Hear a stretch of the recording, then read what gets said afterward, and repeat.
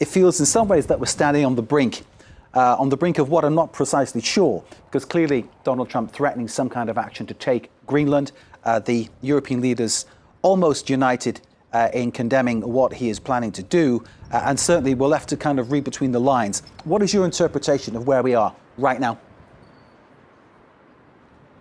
Well, the big question is whether the EU hits back, or Europe as a whole hits back against Donald Trump, or tries to continue the strategy that they've used with him over the past year, which has been called a strategy of appeasement. Here in Brussels, it's been called daddy diplomacy, based on the NATO Secretary General calling Donald Trump daddy in front of all the reporters back in June. The question now is whether they go back to trying to negotiate with him, saying, okay, we'll give you this if you don't invade Greenland, or if they say enough is enough, we're going to use the tools that we have to dissuade the U.S. from doing that. And the EU does have a lot of tools at its disposal. First and foremost, it has the anti-coercion instrument, something that was designed for exactly this type of situation, although it was designed thinking that the EU would one day threaten to use it against China, not against America. France is pushing for the use of that instrument. Germany's position is unclear. Italy is saying, no, no, no, that's too far. Let's not try to escalate the situation. So there's a lot of different opinions about this. The Council chair, Antonio Costa, has called an emergency meeting of EU prime ministers and presidents here in Brussels on Thursday.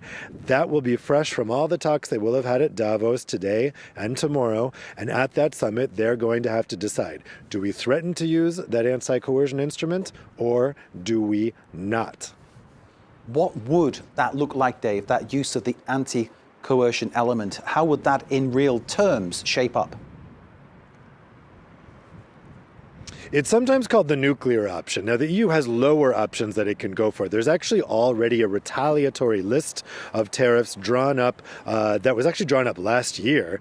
Basically, when Donald Trump first came out with his Liberation Day tariffs announcements, there was a lot of discussion here in Europe. Should the EU hit back? Should it not? Same discussion that's happening right now.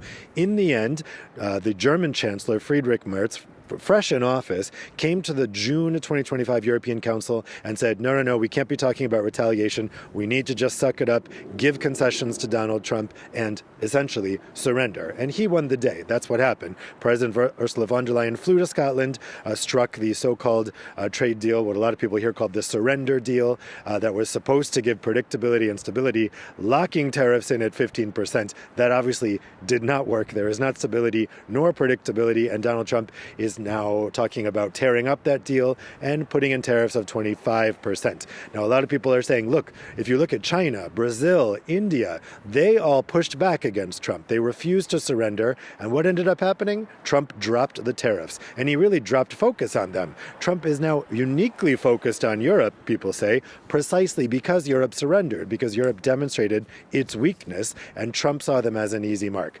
So what would it look like if they actually pulled the trigger on that anti-coercion instrument? It would have major economic effects, both for the United States and for Europe. It would also have blowback effects because it would impact a huge, huge amount of trade. And let's not forget, the EU and the US are each other's largest trade partners. It is an economic relationship that underpins the entire world's economic system. So this isn't a small threat for the EU to make.